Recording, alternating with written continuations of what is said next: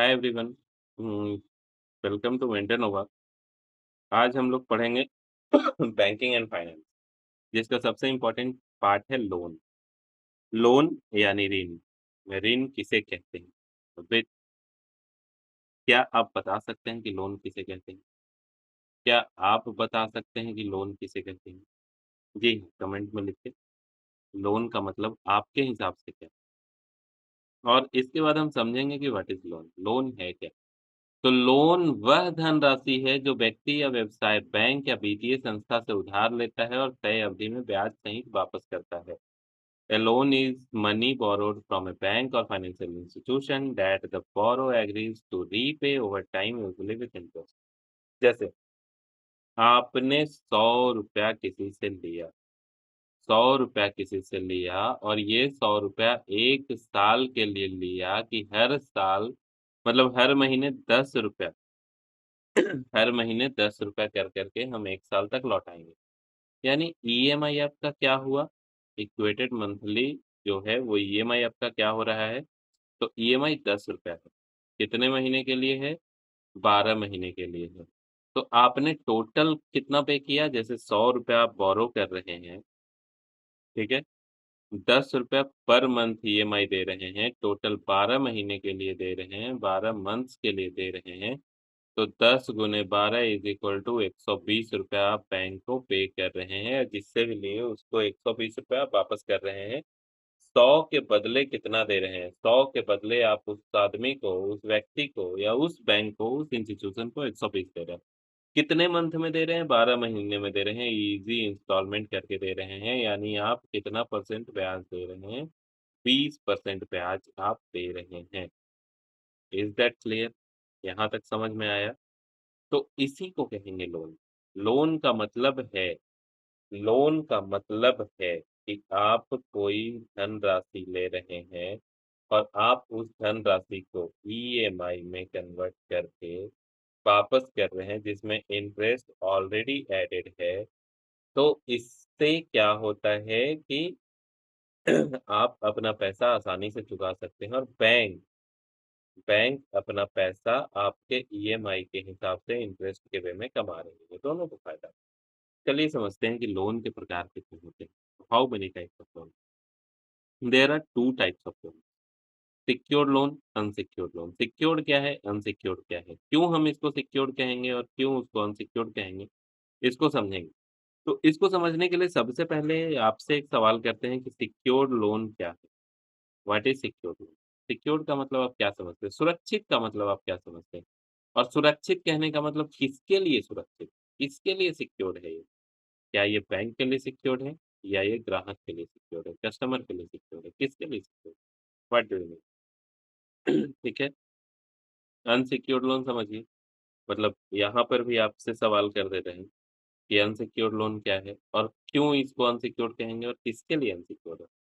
तो अब आपको समझाने का प्रयास करेंगे कि सिक्योर्ड लोन का मतलब होता है, बहुत ही आसानी से समझिए, सिक्योर्ड लोन का मतलब होता है वैसा लोन वैसा लोन जिसमें ग्राहक अपनी कोई अचल संपत्ति, अस्थायी संपत्ति, ग्राहक अपनी कोई अचल संपत्ति, अस्थायी संपत्ति, अस्थायी संपत्ति या अस्थायी संपत्ति भी कहीं-कहीं कह सकते हैं, गिरवी रख करके मॉर्गेज कर के लोन ले रहा है। गिरवी शब्द का प्रयोग कर रहे हैं हिंदी को आसान भाषा में समझाने के लिए। सॉरी, ये बार-बार बैक हो जा रहा है।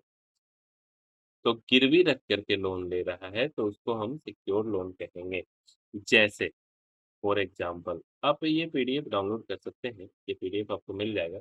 जैसे ऐसा ऋण जिसमें कोलैटरल के रूप में कुछ न कुछ रखा जाए, जैसे होम लोन।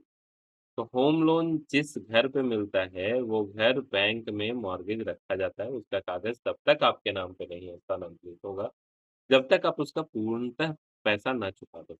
व्हीकल लोन, गाड़ी, गाड़ी पे भी चार्ज क्रिएट होता है, वो बैंक का होता है, अगर आप लोन ले रहे हैं। लैप, लोन अगेंस्ट प्रॉपर्टी, इसमें ये बिज़नेस के लिए लिया जाता है लैप, समझेंगे आगे। तो ये बिज़नेस के लिए लिया जाता है और इसमें आपका कोई प्रॉपर्टी मॉर्गेज रखा जाता है, ठीक है? गोल्ड, गोल्ड मतलब सोना आप मॉर्गेज रखते हैं और उसके बाद लोन मिलता है। तो अब हम समझेंगे कि क्या सिर्फ़ और सिर्फ़ संपत्ति होने से लोन मिल जाएगा? क्या सिर्फ़ और सिर्फ़ प्रॉपर्टी होने से हमको सिक्योर्ड लोन मिल जाएगा? क्या हमको सिर्फ़ प्रॉपर्टी लेकर के आने से बैंक सिक्योर्ड लोन दे देगी? तो नहीं, बिल्कुल नहीं। उसके लिए क्या बैंक देखेगी? बैंक के लिए क्या इम्पोर्टेंट है? सिक्योर्ड और अनसिक्योर्ड समझेंगे, थोड़ा टाइम दीजिए। अगर आपको डीपली समझना है, डीप डाइविंग करना है तो थोड़ा टाइम देना पड़ेगा। वैसे एक पंडित जी थे बनारस में, वो संस्कृत पढ़ाते थे। उनके पास विदेश से एक युवक आता है सीखने के लिए, तो संस्कृत सीखना चाहता था, तो वो बोले कि क्या तुम पढ़ने के लिए तैयार हो? बोले जी गुरु। क्या तुम समय देने के लिए तैयार हो? जी गुरु। क्योंकि there is no question of Sanskrit, Upanishad Upanishad, Veda, Purana, अगर ये समझना है तो तुमको जीना होगा। अगर ये समझना है तो मैं जो खाता हूँ खाना होगा, मैं जैसे रहता हूँ रहना होगा। तुमको इसको समझने के लिए समय देना होगा, देयर इज़ नो क्वेश्चन और इसके बाद तुमको जीवन में इस कोर्स से कोई लाभ नहीं हो या इस कोर्स को समझने के बाद कोई नौकरी नहीं मिलेगी, तो भी वो सज्ज था, तैयार था समझने के लिए। लेकिन आपको अगर ये आप समझ जाते हैं तो आपको नौकरी अवश्य मिलेगी या आप नौकरी चेंज कर सकते हैं, आप इंटरव्यू में इसका प्रयोग कर सकते हैं, तो आप समझिए चीज़ों को। मेरा एक सवाल है कि क्या आपके पास कोई प्रॉपर्टी है, जिसे आप मॉर्गेज करने के लिए तैयार हैं, तो बैंक आपको लोन दे देगी? पाउच लीजिए, बताइए। जी हाँ, जितने लोग नहीं बोल रहे हैं, वो सही बोल रहे हैं, बिल्कुल सही। नहीं देगी बैंक लोन। बैंक क्यों लोन नहीं देगी? क्योंकि बैंक सिर्फ़ और सिर्फ़ सुरक्षा नहीं देखती है दोस्त, बैंक को चाहिए आपका सिबिल। आपका रीपेमेंट कैपेसिटी, आपका रीपेमेंट बिहेवियर, सिविल में आपका रीपेमेंट बिहेवियर दिखता है। आपका रीपेमेंट कैपेसिटी बैंक चेक करती है, ठीक है?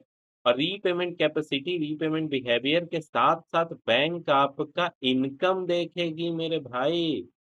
जैसे आपका इनकम क्या है, आप क्या कमा रहे हैं, कितना कमा रहे हैं, आईटीआर भर रहे हैं कि नहीं भर रहे हैं, ईच एंड एवरीथिंग बैंक देखेगी। तो बैंक क्या-क्या देखेगी? बैंक देखेगी रीपेमेंट कैपेसिटी, बैंक देखेगी रीपेमेंट बिहेवियर, बैंक देखेगी आपका सिबिल स्कोर, बैंक देखेगी प्रॉपर्टी का वैल्यू।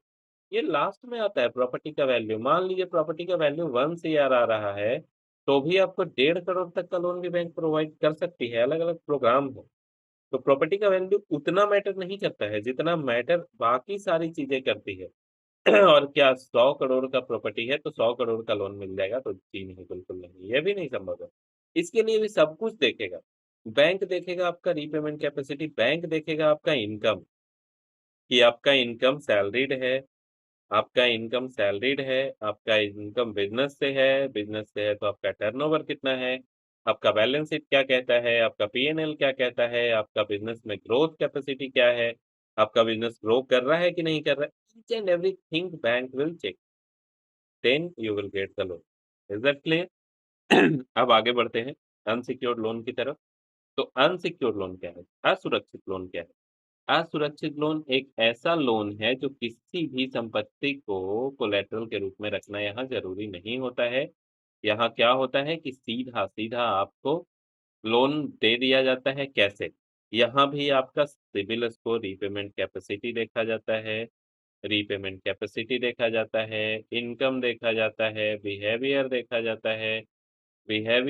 जाता है, सिबिल स्कोर वेरीफाई किया जाता है और ये लोन जो है वो पर्सनल लोन होता है, ये लोन जो है वो क्रेडिट कार्ड होता है, ये लोन जो है वो बिज़नेस लोन होता है, यूबीएल बोलते हैं, अनसिक्योर्ड लोन होता है। अनसिक्योर्ड लोन के भी टाइप्स अलग-अलग होते हैं जिसको आप समझिए।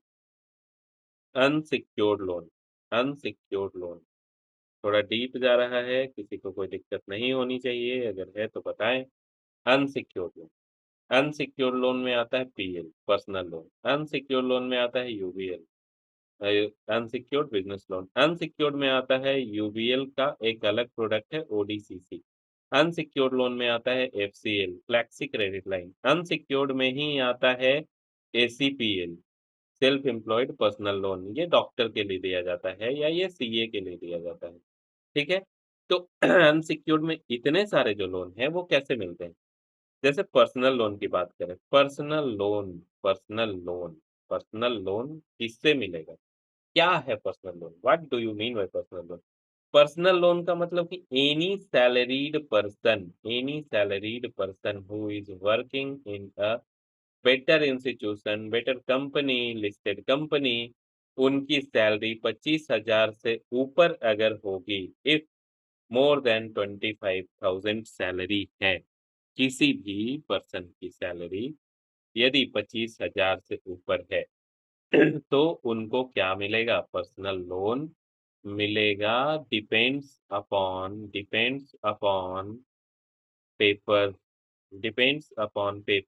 Depends upon salary, depends upon repayment capacity, depends upon FOIR, depends upon behavior, depends upon records, if ETR excellent track record है या जीटीआर है, सारा समझेंगे हम लोग अलग-अलग वीडियो में।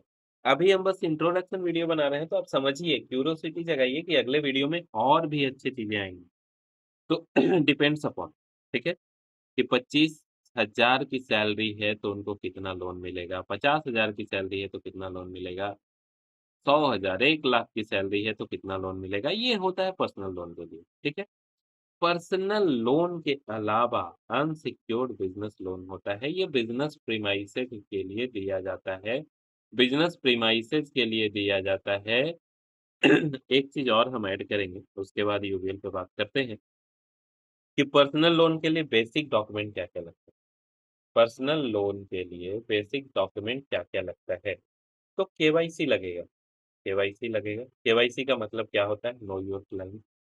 आरबीआई कहता है, भारत सरकार कहता है नो योर क्लाइंट। तो नो योर क्लाइंट में कौन-कौन से डॉक्यूमेंट आते हैं, जिससे आप अपने कस्टमर को जान सकें?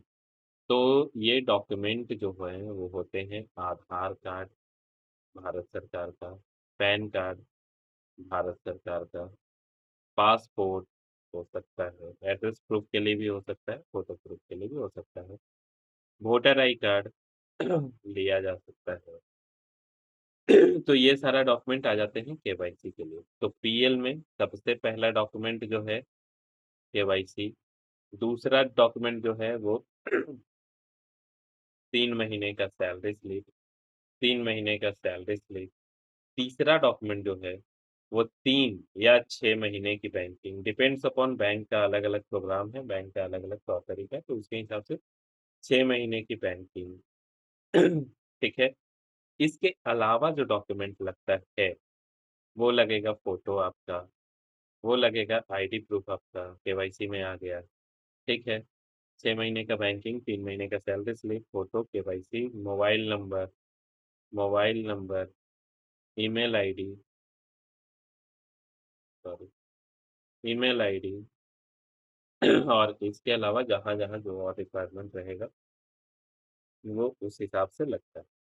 चलिए यूबिल पे चर्चा करिए।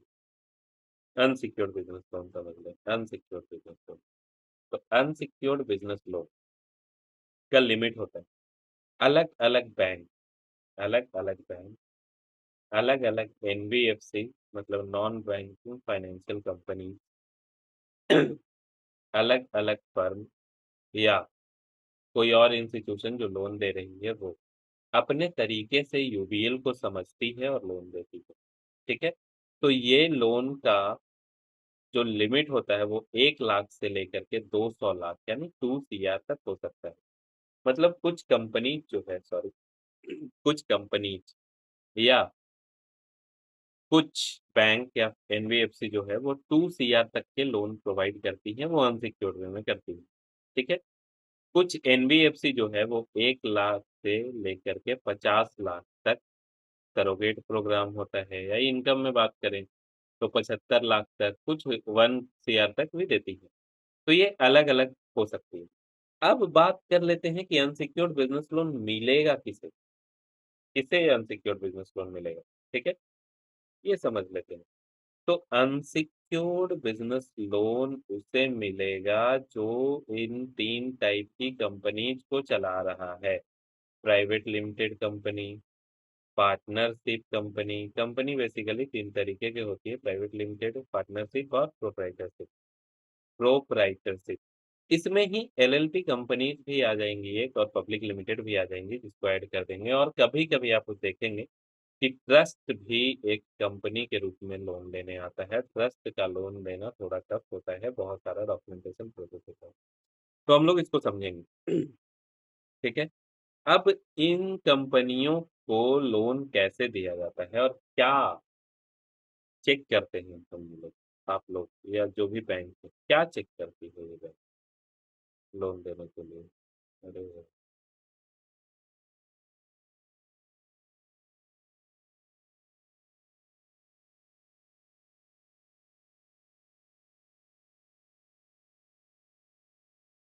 हुँ, तो फैक्ट्स एंड फिगर्स समझेंगे, क्या चेक करती है बैंक वो समझ लेते हैं। तो सबसे पहले कंपनी किसी भी प्रकार का हो उसका केवाईसी और डॉक्यूमेंटेशन हम समझ लेंगे, अलग-अलग टॉपिक्स लाएँगे। अभी इसमें समझते हैं कि बैंक क्या चेक करती है, तो बैंक उनका बैंकिंग चेक करेगी, बैंकिंग स्टेटस क्या है, एवरेज बैलेंस कितना मेंटेन कर रहा है, फाइनेंशियल कैसा है फाइनेंशियल कैसा है, क्या उसका फाइनेंशियल ग्रोथ में है या डिग्रोथ में? यदि ग्रोथ में है तो लोन देंगे। लोन का ट्रैक कैसा है? ईटीआर है, जीटीआर है, जो भी है जीटीआर है, गुड ट्रैक रिकॉर्ड है। सिबिल स्कोर कैसा है? सिबिल स्कोर कैसा है? रीपेमेंट कैपेसिटी क्या है? रीपेमेंट बिहेवियर क्या है? ये सब समझ कर के तय किया जाता है कि कितना लोन दिया जाएगा। अब आइए समझते हैं कि व्हाट इज़ सिक्योर्ड लोन, सुरक्षित लोन क्या है? तो सुरक्षित लोन कोलैटरल आधारित लोन है, जो कि डिफ़ॉल्ट की स्थिति में ऋणदाता समझौते और कानून के तहत उस प्रॉपर्टी पे अपना सुरक्षा का अधिकार कर सकता है। बैंक इसे क्यों पसंद करती है? बैंक को क्यों पसंद है सुरक्षित लोन देना? क्योंकि इसमें रिस्क लोअर होता है। रिस्क क्या होता है? लोअर होता है, लोअर साइड रिस्क होता है। क्यों? क्योंकि मान लीजिए कि हम आपकी प्रॉपर्टी, आपका घर गिरवी रख दिया गया है, आपका घर गिरवी रख लिया गया है बैंक में और उस घर को रख कर के आपको लोन दिया गया है और आप यदि लोन चुका नहीं रहे हैं, यदि लोन समय पे पे नहीं कर रहे हैं, तो क्या हो रहा है कि बैंक अपने लीगल डॉक्यूमेंट के साथ नोटिस भेज सकती है, बैंक आपके घर पर आ सकती है, बैंक आपके घर पर नीलामी का काम कर सकती है, बैंक नीलामी करवा सकती है, जिससे आपका इमोशन जुड़ा हुआ था, जिससे आपका परिवार जुड़ा हुआ था, जिससे आपका इमोशन जुड़ा हुआ था, जिससे आप जुड़े हुए थे, ठीक है? तो आपके घर की नीलामी अगर होगी, ये आपको या किसी को पसंद नहीं होगा, तो इमोशन की वजह से ये सिक्योर्ड हो जाता है। लोग अपना घर नीलाम होने नहीं देना चाहते, इसलिए ये सिक्योर्ड है और बैंक के लिए ईज़ी हो जाता है, ठीक है? बेटर रिस्क कम्फर्ट है इसमें और ये सपोर्ट लार्जर करता है, टेन्योर ज़्यादा दे सकते हैं, 36 महीना के जगह हम 10 साल तक का भी लोन दे सकते हैं अलग-अलग प्रोग्राम में, 5 साल के लिए भी दे सकते हैं अलग-अलग प्रोग्राम में, ठीक है?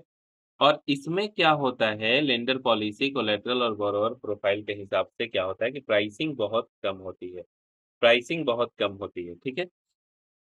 तो इस प्राइसिंग का बेनिफिट सीधा-सीधा कस्टमर को भी पड़ता है। कस्टमर के लिए ये लो इंटरेस्ट रेट में बेटर ऑप्शन है, ठीक है? कि उसका घर यदि आपके पास एक प्रॉपर्टी है जिसका वैल्यू 1 सीआर है, आपका बिज़नेस अगर 20 करोड़ का टर्नओवर मंथली कर रहा है, तो आप 2 सीआर तक लोन के लिए यदि एलिजिबल हैं, 2 सीआर तक लोन के लिए यदि एलिजिबल हैं और आप अगर सिक्योर्ड लोन ऑप्ट करते हैं, सिक्योर्ड लोन चुनते हैं, तो आपको ये बेनिफिट होगा कि आपका इंटरेस्ट लोअर रहेगा। आपका इंटरेस्ट क्या रहेगा? लोअर रहेगा। तो प्रॉपर्टी का पेपर अगर आपके घर में रखा हुआ है, वही पेपर आप बैंक में रख देते हैं, तो अनसिक्योर्ड लोन जो आप 20% पे ले रहे थे, सिक्योर्ड लोन आपको 10% से कम में मिल जाता है, 8.5 से 10% के बीच में इसका आरओआई रहता है, सॉरी, ठीक है? अब हम आगे बढ़ते हैं। आगे हम देखते हैं कि सिक्योर्ड लोन कितने तरीके के होते हैं। तो सिक्योर्ड लोन होते हैं home loan, vehicle loan, loan against property, lap, gold loan. Loan against security इसको भी समझेंगे, इक्विपमेंट लोन इसको भी समझेंगे क्योंकि बाकी लोन्स आपको पता है। होम लोन क्या है? घर लेने के लिए लोन मिला, होम लोन हो गया। व्हीकल लोन क्या है? कार लेने के लिए लोन मिला, व्हीकल लोन हो गया। लैब क्या है? प्रॉपर्टी रख के आप बिज़नेस लोन ले लिए, लैब हो गया। गोल्ड लोन क्या है? गोल्ड रख के आप लोन ले लिए, गोल्ड लोन हो गया। अब आता है लोन अगेंस्ट सिक्योरिटी और मशीनरी लोन, ये समझने वाली चीज़ें हैं, ठीक है? तो लैस क्या होता है? लोन अगेंस्ट सिक्योरिटी क्या होता है? लोन अगेंस्ट सिक्योरिटी का मतलब अगर आपका म्यूचुअल फंड या एफडी आपके पास पड़ा हुआ है, उसको आप सिक्योरिटी के रूप में रख दे रहे हैं, सिक्योरिटी के रूप में रख दे रहे हैं। अगर आप 10 लाख रुपए रख रहे हैं, तो इसके बदले साढ़े 9 लाख रुपया तक का लोन अगर आपको बैंक दे रही है, तो ये हो गया लैस, ठीक है? इसके बाद हम समझेंगे मशीनरी और equipment loan. Machinery machinery plus equipment loan, equipment loan what is this? आपने देखा होगा हॉस्पिटल, आपने देखा होगा डॉक्टर के फर्म पे, आपने देखा होगा हॉस्पिटल, डॉक्टर के फर्म, आपने देखा होगा प्लांट पे, आपने देखा होगा मैन्युफैक्चरिंग यूनिट। तो इन सब में किसी न किसी हैवी इक्विपमेंट की जरूरत पड़ती है, जिसके लिए कस्टमर खुद पैसा नहीं दे सकता है या नहीं देना चाहता है। जैसे अगर हम बात करें हॉस्पिटल की, तो इसमें ईसीजी मशीन जो सस्ता आता है, वहीं एमआरआई मशीन, वहीं सीटी स्कैन मशीन, वहीं अल्ट्रासाउंड मशीन के अलावा सर्जरी के लिए बहुत सारे मशीन्स की ज़रूरत होती है। बहुत तरीके के मशीनों की ज़रूरत होती है, तो ये सब मशीन अगर हम खरीदने जाएँ, जिसकी वैल्यू करोड़ों में होती है, तो कस्टमर ये अवॉइड करता है कि हम पूरा-पूरा पैसा दें, इसलिए वो इक्विपमेंट को फाइनेंस करा लेता है। इक्विपमेंट को फाइनेंस करा लेता है और कंपनी अलग-अलग पॉलिसी के तहत इक्विपमेंट फाइनेंस देती है, जिसमें आप देखें कि इक्विपमेंट वैल्यू का 90% तक, कहीं-कहीं 95% तक आपको क्या मिल जाता है, बेनिफिट मिल जाता है कि ये लोन हो जाता है, जिसको आप ईएमआई में कन्वर्ट करके आराम से पे कर सकते हैं।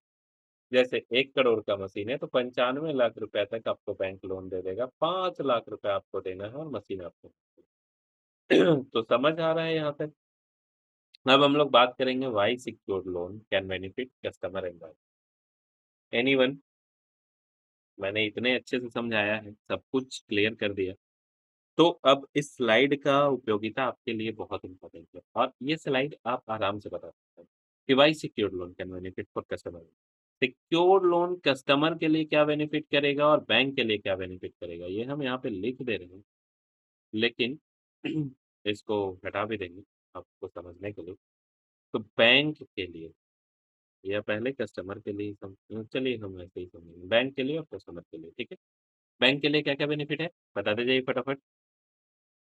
बैंक के लिए बेनिफिट है कि बैंक के लिए ये रिस्क फ्री है, प्रोटेक्शन मिल रहा है, बेटर रिकवरी मिल रहा है, बेटर रिकवरी ऑप्शन है, नीलामी कर सकता है वो, ठीक है? क्रेडिट पोर्टफोलियो बना सकता है बैंक, एसेट बैंक प्रॉपर्टी मिला है, एसेट बैक्ड है, मतलब ये अचल संपत्ति है, तो इसका प्रयोग बैंक आगे भी कहीं कर सकता है। Is that clear? लेकिन कस्टमर के लिए क्या बेनिफिट है? तो कस्टमर के लिए बेनिफिट है कि अनसिक्योर्ड के हिसाब से लोअर इंटरेस्ट रेट मिलेगा, हायर टिकट साइज़ का लोन मिल जाएगा, लॉन्गर रीपेमेंट टेन्योर मिल जाएगा, जिससे उसका ईएमआई ईज़ी हो जाएगा और हल्का हो जाएगा, ठीक है? Asset can help unlock capital, मतलब एसेट अगर उसके पास मतलब घर है, उसके पास प्रॉपर्टी है, तो कैपिटल लेने के लिए वो हेल्प कर सकता है। अब इसको थोड़ा-सा समझते हैं। वीडियो को शॉर्ट नहीं बना रहा हूँ, थोड़ा आपके लिए लंबा हो रहा है, लेकिन समझिए, इंटरैक्टिव बनाने का कोशिश कीजिए कि अगर आपके पास एसेट है, अगर आपके पास पैसा है, अगर आपके पास प्रॉपर्टी है, तो प्रॉपर्टी कितने प्रकार की होती है? पहले इसको समझते हैं कि प्रॉपर्टी कितने प्रकार की होती है? How many types of properties? Property generally generally 2 प्रकार की होती है, ठीक है? रेसिडेंशियल रेसिडेंशियल और दूसरा कॉमर्शियल, कॉमर्शियल। किसको रेसिडेंशियल कहेंगे, किसको कॉमर्शियल कहेंगे? और कौन इसका डिवाइड करता है, डिवीज़न? तो रेसिडेंशियल प्रॉपर्टी वैसा प्रॉपर्टी जो अप्रूव हुआ है रहने के लिए, वैसा प्रॉपर्टी जो रहने के प्रयोग में लाया जा रहा हो, उसे क्या कहेंगे? रेसिडेंशियल। और वैसा प्रॉपर्टी जो बिज़नेस के लिए अप्रूव हुआ है, उसे कहेंगे कमर्शियल। जैसे रोड पर बना हुआ कोई भी अपार्टमेंट जो एकदम मार्केट में है और जिसमें ऑफ़िस खोलने की गुंजाइश है, जिसमें ऑफ़िस खोला जा सकता है, जिसमें शोरूम खोला जा सकता है, जिसमें और कोई अच्छी चीज़ें खोली जा सकती है, जिससे इनकम जनरेट किया जा सकता है, तो हम क्या बोलेंगे? Commercial. That clear? Doubt clear? लेकिन यदि यदि रोड पर या कहीं भी प्रॉपर्टी का डेवलपमेंट रहने के हिसाब से उपयुक्त है, तो उसको हम बोलेंगे रेसिडेंशियल प्रॉपर्टी, ठीक है?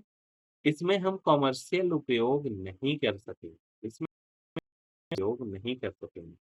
अब सारे प्रॉपर्टी का वैल्यू भी उसी तरीके से लगाया जाता है, सारे वैल्यू भी उसी तरीके से लगाया जा सकता है, रेसिडेंशियल का रेसिडेंशियल के हिसाब से, और कमर्शियल का कमर्शियल के हिसाब से। आपके लिए यहाँ पे एक सवाल है, बैंकर के हिसाब से सोचिएगा जो आपके बैंकर के सवाल है। एलटीवी क्या होता है? प्रॉपर्टी या सिक्योर्ड लोन का बात कर रहे हैं, सिक्योर्ड प्रॉपर्टी की बात कर रहे हैं, तो सिक्योर्ड प्रॉपर्टी का यह एक बहुत फंडामेंटल है। एलटीवी क्या होता है? इसका फुल फॉर्म हम दे दे रहे हैं। आप सवाल का आंसर खोज करके कमेंट करेंगे और आप जानने का प्रयास करेंगे, ठीक है? एलटीवी होता है loan to value. Loan to value. अब ये होता क्या है? इसका फॉर्मूला क्या है? इसको कैसे निकालते हैं? एक बार आप बताइए। अब आइए अनसिक्योर्ड लोन, असुरक्षित ऋण क्या है? अनसिक्योर्ड लोन क्या है? तो अनसिक्योर्ड लोन में किसी भी कोलैटरल की कोई भी आवश्यकता नहीं पड़ती है। यानी वैसा लोन जिसमें कोई कोलैटरल की ज़रूरत ना पड़े, कोई कोलैटरल की ज़रूरत ना पड़े, अनसिक्योर्ड लोन होता है। इसका डेफिनिशन कहता है कि credit provide without a specific plays asset lender focuses heavily on credit history, income cash flow, डेब्ट ऑब्लिगेशन एंड रीपेमेंट कैपेसिटी। सीधा जो मैंने आपको बताया है उसका ही यहाँ पे वही चीज़ें यहाँ पे लिखी जा रही है, ठीक है? कि लोन क्या है? तो अनसिक्योर्ड में भी कोलैटरल देने की ज़रूरत नहीं पड़ती है, ठीक है? बिना किसी विशिष्ट कोलैटरल के लेंडर द्वारा दिया गया लोन अनसिक्योर्ड लोन कहलाता है। तो अनसिक्योर्ड लोन के फ़ायदे कौन-कौन से हैं? अनसिक्योर्ड लोन की सीमाएँ क्या-क्या हैं? अनसिक्योर्ड लोन हम कैसे देखेंगे? लेंडर क्या-क्या चेक करेगा? तो आइए इसको समझते हैं, उसके बाद फिर हम उस स्लाइड पे जाएँगे। तो unsecured loan, which type of loan? Loan, unsecured loan क्या कैसे दें?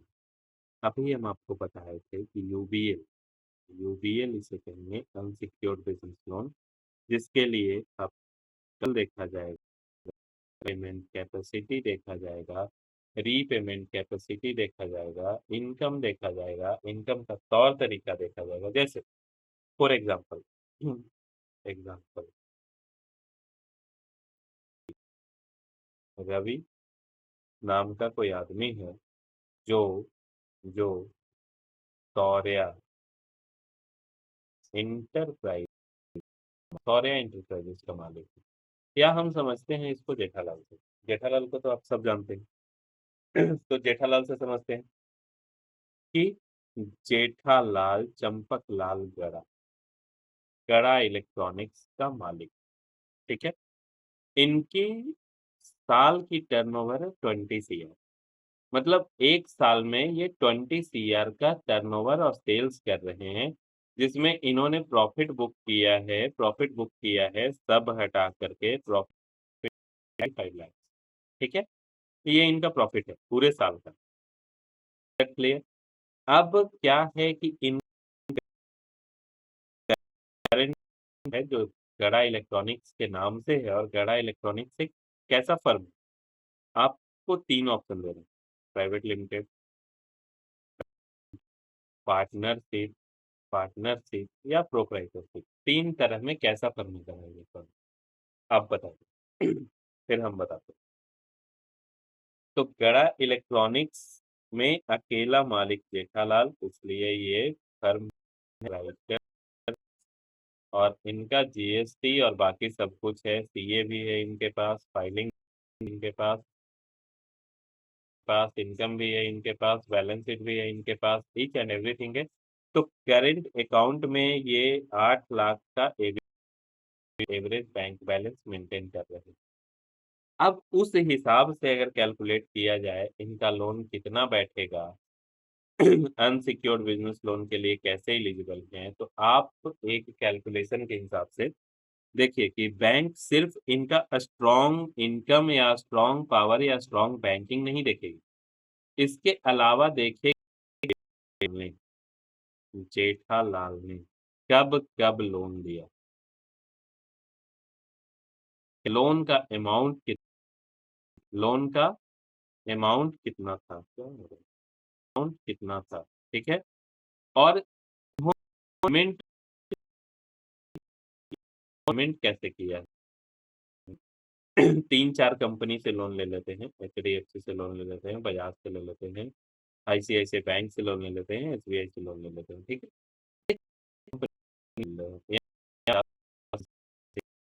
यहाँ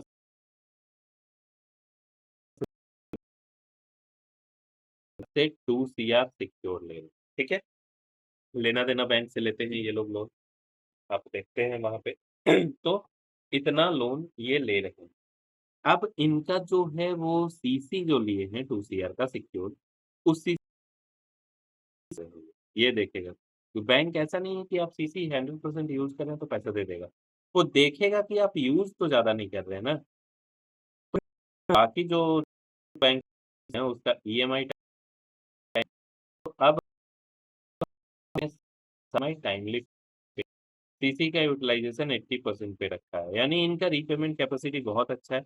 लेकिन गलती से याद नहीं रहने की वजह से, क्योंकि नट्टू काका को इन्होंने बोला था कि ये ईएमआई का में जमा कर दीजिएगा, और नट्टू काका भूल जाते हैं, उसके वजह से गलती से क्या होता है कि इनका एक बैंक का लोन जो है वो 1 महीना बाउंस हो जाता है, 1 महीना बाउंस हो जाता है। उसके बाद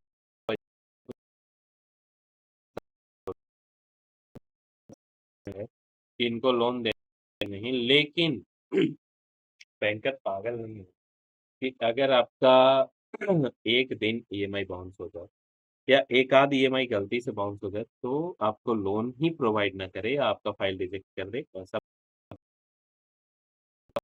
तो मत सोचो, ठीक है। अब बैंकर क्या करेगा, क्या करेगा बैंकर, आप बताइए।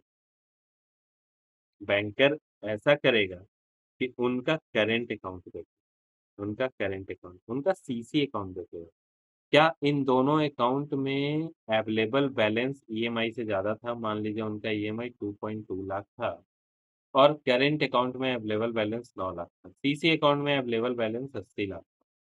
तो अब ऐसे सिचुएशन में ये कॉल ले लेगा कि ये एबीबी मेंटेन हो रहा है, बैंक में इनसफिशिएंट बैलेंसेस की वजह से बाउंस नहीं हुआ है, ये ह्यूमन एरर हो सकता है, चेक बाउंस हो गया होगा, या कभी चेक डालना भूल गए होंगे, या नैच नहीं लगा होगा, कुछ तो कारण हो सकता है जिसकी वजह से बाउंस हुआ होगा। तो ऐसे सिचुएशन में कॉल लिया जा सकता है। Is that clear? ये आप समझिएगा। बहुत ही आसान तरीकों से समझाने का प्रयास कर रहे हैं। तो हम पुनः पुराने स्लाइड पे एक बार वापस चलते हैं। हाँ, यहाँ क्या है? हुँ,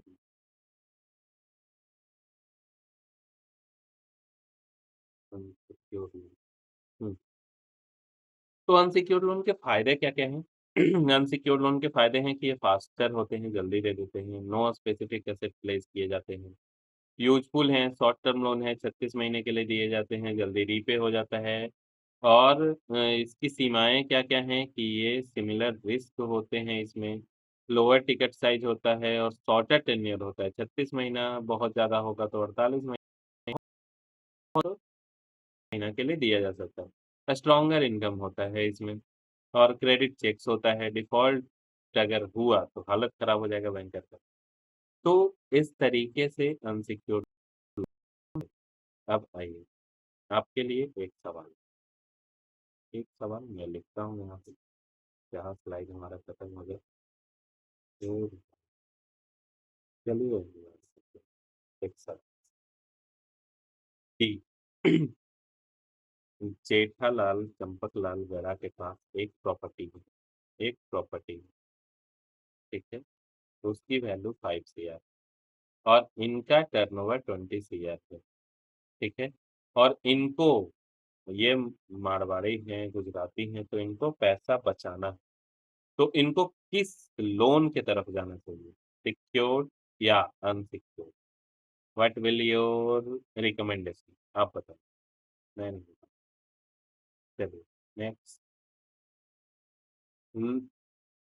अनसिक्योर्ड लोन के प्रकार, टाइप्स ऑफ अनसिक्योर्ड लोन कौन-कौन सा है?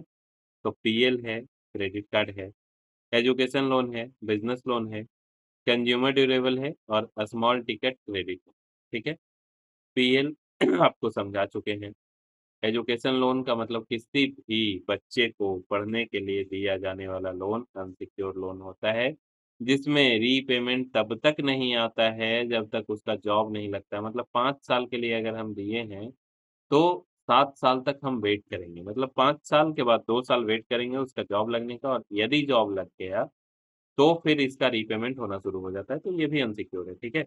अनसिक्योर्ड लोन का ये टाइप है।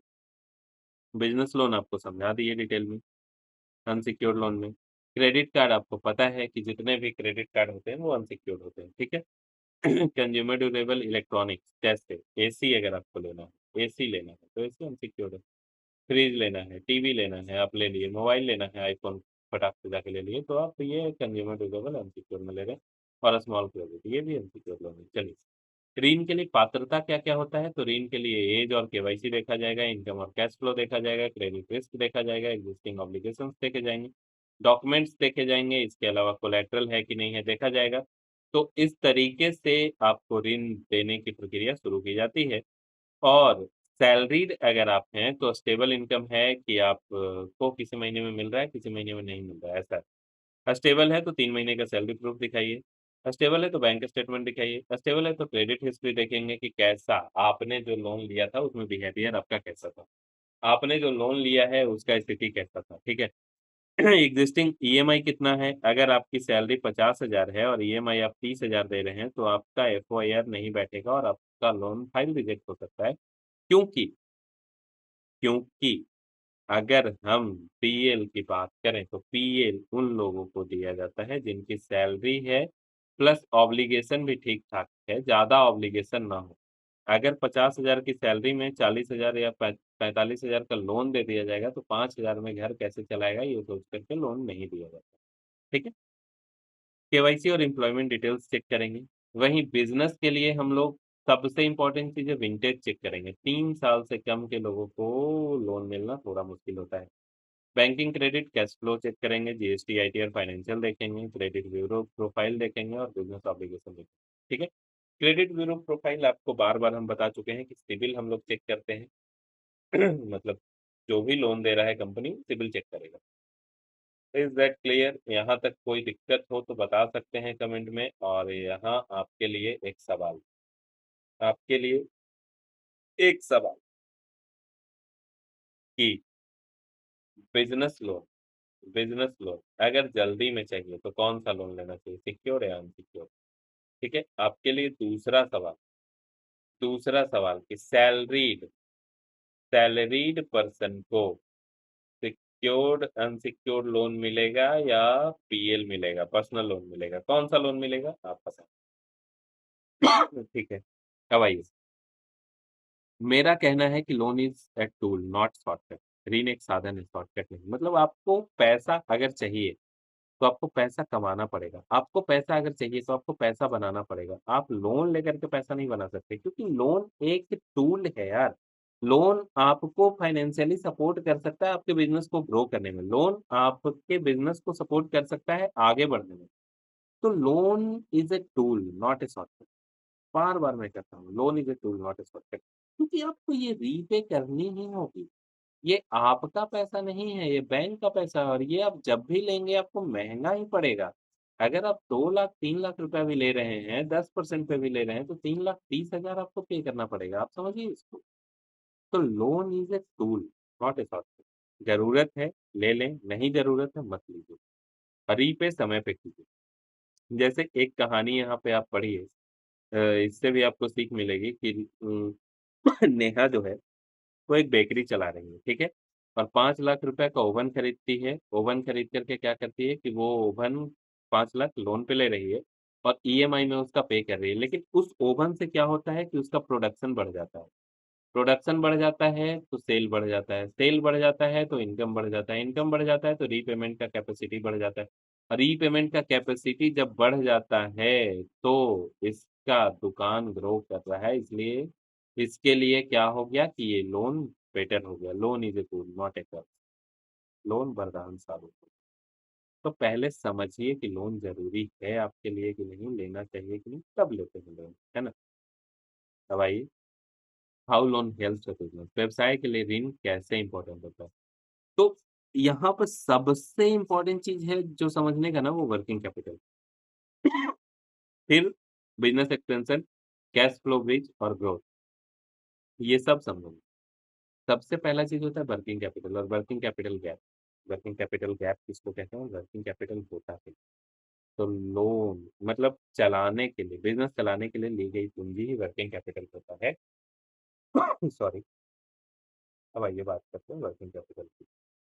वर्किंग कैपिटल हुँ, हम लोग बात कर रहे हैं वर्किंग कैपिटल की और वर्किंग कैपिटल गैप की, ठीक है? तो किसी भी बिज़नेस में उसको चलाने के लिए पूँजी की ज़रूरत होती है। यही होता है वर्किंग कैपिटल बेसिकली, पूँजी की ज़रूरत होती है। और पूँजी में जो गैप आ जाता है उसको बोलते हैं वर्किंग कैपिटल गैप, उसको फुलफ़िल करने के लिए लोन लेने का ज़रूरत पड़ता है। जैसे एक एक आपको एग्ज़ाम्पल से समझाते हैं कि रवि नाम का कोई व्यक्ति है, वो चाय का टपरी खोलता है, टी स्टॉल खोलता है, चाय सुट्टा बार इसका नाम रखा है, ठीक है? इसमें इसने इन्वेस्टमेंट किया है ₹20,000 ठीक है? एक टेबल लगा लिया, छोटा-सा दुकान लगा लिया, छाता लगा लिया, चाय, चीनी सब ले आया। तो 20,000 में मान के चलो कि 15,000 का इन्वेस्टमेंट जो इसका है 15,000 का इन्वेस्टमेंट जो इसका है, वो इंफ्रास्ट्रक्चर का था, 5,000 का ही वो दूध ला दूध, चाय, चीनी ये मतलब जो भी सामान ज़रूरत का है वो 5,000 का लेकर के आता है। अब क्या है ना कि रवि चाय बेचना शुरू करता है। तो 5,000 का जो उत्पाद है वो 5,500 का बन करके तैयार होता है, जो बेचता है तो ₹500 का प्रॉफ़िट इसको होना चाहिए। लेकिन कुछ दुकानदार या कुछ ऑफ़िसेज़ में इसका जो चाय जा रहा है, वहाँ ₹500 बाकी रह जा रहा है। ₹500 कहीं बाकी रह गया, कहीं ₹700 बाकी रह गया, ठीक है? एक जगह जा रहा है वहाँ ₹300 बाकी रह गया। तो फर्स्ट डे इसका जो है वो अ, डेब्ट कितना क्रिएट हो गया डेब्ट कितना क्रिएट हो गया? तो 7 3 10 और 5 1500 ठीक है? तो इसने 1 मिनट आप समझिए यहाँ पे कि रवि इन्वेस्ट कितना किया था 5,000 इसमें से डेब्ट कितना क्रिएट हो गया 1500 1500 जो कि 10 दिन बाद मिलेगा या 2 दिन बाद मिलेगा या 5 दिन बाद मिलेगा, ठीक है? तो 5,000 में 1500 का डेब्ट यानी ₹3500 इसको वापस आता है। इसमें ₹500 प्रॉफ़िट था उसको छोड़ दो ₹4,000 तो भी या प्रॉफ़िट जोड़ भी देते हैं यहाँ पे 3500 प्लस ₹500 प्रॉफ़िट है, ₹4,000 इसके पास आ रहा है। अब भी इसका जो वर्किंग कैपिटल गैप है वो कितना है? ₹1,000 जो कि 2 दिन बाद मिलेगा। तो इस 2 दिन के लिए इसको क्या चाहिए? पैसा चाहिए। क्योंकि अगले दिन फिर मतलब मंडे को अगर वो खोला था तो ₹4,000 बचा, ₹1,000 गैप आ गया। ट्यूसडे को फिर इसने ₹5,000 लगाया और फिर से वही बकाया होकर के ₹4,000 आया, तो ट्यूसडे को पुनः एक गैप आ गया ₹1,000 का, ठीक है? तो 2 दिन में ₹2,000 का गैप आ गया। अब तीसरा दिन वेडनेसडे को इसके पास पैसा ही 3,000 है, तो ये 5,000 का चाय कैसे बनाएगा? जबकि इसको पता है कि डिमांड 5,000 का है। तो यहाँ पे क्या होता है कि यहाँ पे ₹2000 का जो गैप है वो इसने बजाज से लोन ले लिया, ठीक है? मैं कंपनी का नाम प्रमोट करने के लिए नहीं कर रहा हूँ। इसने यहाँ से लोन ले लिया, ठीक है? अब क्या हुआ कि फिर से इसको ₹5000 का पूँजी लगा कर के ये काम कर रहा है और वेडनेसडे को क्या हुआ कि मंडे को जो गैप क्रिएट हुआ था ना, वहाँ से ₹1000 आ गया।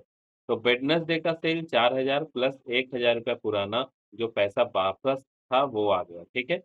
तो अब इसके पास ₹5000 फिर आ चुका है और ये 2000 लोन ले लिया था, तो ₹1000 इसके पास फिर से पैसा है अवेलेबल बिज़नेस रन करने के लिए। इसका मतलब ये गैप फुलफिल हुआ, तो वर्किंग कैपिटल गैप इसे ही कहते हैं। वर्किंग कैपिटल में जो भी गैप आ जाए या पैसा का दिक्कत हो, उसको हम वर्किंग कैपिटल गैप कहेंगे, ठीक है? अब आता है कि दूसरा, लोन का ज़रूरत क्यों पड़ता है? तो लोन का ज़रूरत रवि जो चाय सुट्टा बार खोला था छोटा-सा, उसको बढ़ाने के लिए भी पड़ता है। बिज़नेस एक्सपेंशन के लिए पड़ेगा, ग्रोथ के लिए पड़ेगा। बिज़नेस एक्सपेंशन के लिए पड़ेगा, उसको और बड़ा या कैफ़े में बदलने के लिए पड़ेगा। सेल्स कैपेसिटी और टेक्नोलॉजी हायरिंग के लिए पड़ेगा। तो इस तरीके से लोन का ज़रूरत पड़ता है। यहाँ पे हम देखते हैं कि आरबीआई ने कहा था 2024-25 में कि scheduled commercial bank credit outstanding of MSME was 31.3 lakhs crore provisionally up to 14.8 इस ईयर में, ठीक है? अब हम लोग आगे देखते हैं।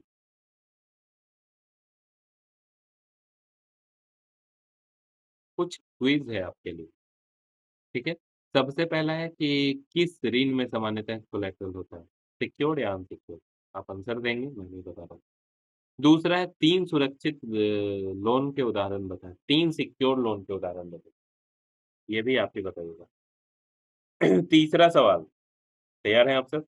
तीसरा सवाल आ रहा है कि अनसिक्योर्ड लोन की लागत अधिक क्यों हो सकती है? अनसिक्योर्ड लोन में लागत आरओआई ज़्यादा होगा तो लागत ज़्यादा हो जाएगा। ये हम बता दिए, हिंट दे दिए, आप इसको समझिए और इसमें डिटेलिंग करके बताइएगा। डिटेलिंग जो लिख सकता है उसके लिए एक अच्छा अवार्ड मिलेगा मेरी तरफ से। For a business what matters? More loan size और रीपेमेंट कैपेसिटी क्या मैटर करता है? और क्यों मैटर करता है? ये भी आपके लिए सवाल है। तो कमेंट या चैट में डालिए, a business has a strong cash flow but no collateral. मतलब एक बिज़नेस है जिसके पास कैश फ्लो बहुत है लेकिन कोलैटरल नहीं। तो वो किस टाइप का लोन चूज़ करे यार? सिक्योर्ड में जाए या अनसिक्योर्ड में जाए? इतना डिटेलिंग समझा दिए हैं कि आप लोग ये तो बता ही सकते हैं। स्ट्रॉन्ग कैश फ्लो होने पर भी कोलैटरल नहीं है, तो कौन-सा ऑप्शन बेहतर होगा? आप बताइए कौन-सा ऑप्शन बेहतर होगा? अब इस तरीके से अगर आप पढ़ेंगे ना, तो आपका इंटरव्यू क्लियर हो जाएगा लोन वाला।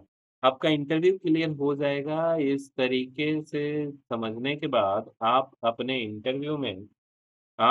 मतलब बैंकिंग और फाइनेंस में आप मास्टरी करेंगे धीरे-धीरे। आप इंटरव्यू में कॉन्सेप्ट क्लियर करके बोल सकते हैं, तो आपको नेक्स्ट वीडियोज़ में जो मिलने वाला है ना, वो और इंटरेस्टिंग होने वाला है कि लोन्स को हम लोग कैसे कैलकुलेट करते हैं। लोन्स को हम लोग कैसे समझते हैं, लोन्स की एलिजिबिलिटी कैसे निकाली जाती है, ठीक है? फाइनेंशियल क्या है, ये भी हम लोग समझेंगे अगले कुछ वीडियोज़ में। फाइनेंशियल क्या है, बैलेंस शीट क्या है, पी-एन-एल क्या है, ये समझने का प्रयास करेंगे। तो मेंटर नोवा से जुड़ने के लिए आपका बहुत-बहुत धन्यवाद। बने रहें हमारे साथ। Thank you for learning with Ashutosh Sinha. Mentor Nova के साथ सीखने के लिए आपका बहुत-बहुत धन्यवाद और ये सब चीज़ें और नेक्स्ट पार्ट में हम लोग लेकर के आएँगे, लोन का इंटरेस्टिंग क्विज़, नेक्स्ट पार्ट में हम लोग लेकर के आएँगे, लोन से पूछे जाने वाले इंटरव्यू के सवाल और उसके मतलब हाज़िर-जवाबी टाइप का जवाब, फटाक से दे सकते हैं। Quick answer, quick answer. हम लोग एक क्विज़ भी रन करेंगे जिसमें क्विक आंसर आप देना शुरू कर देंगे। तो बहुत-बहुत धन्यवाद आप सभी का।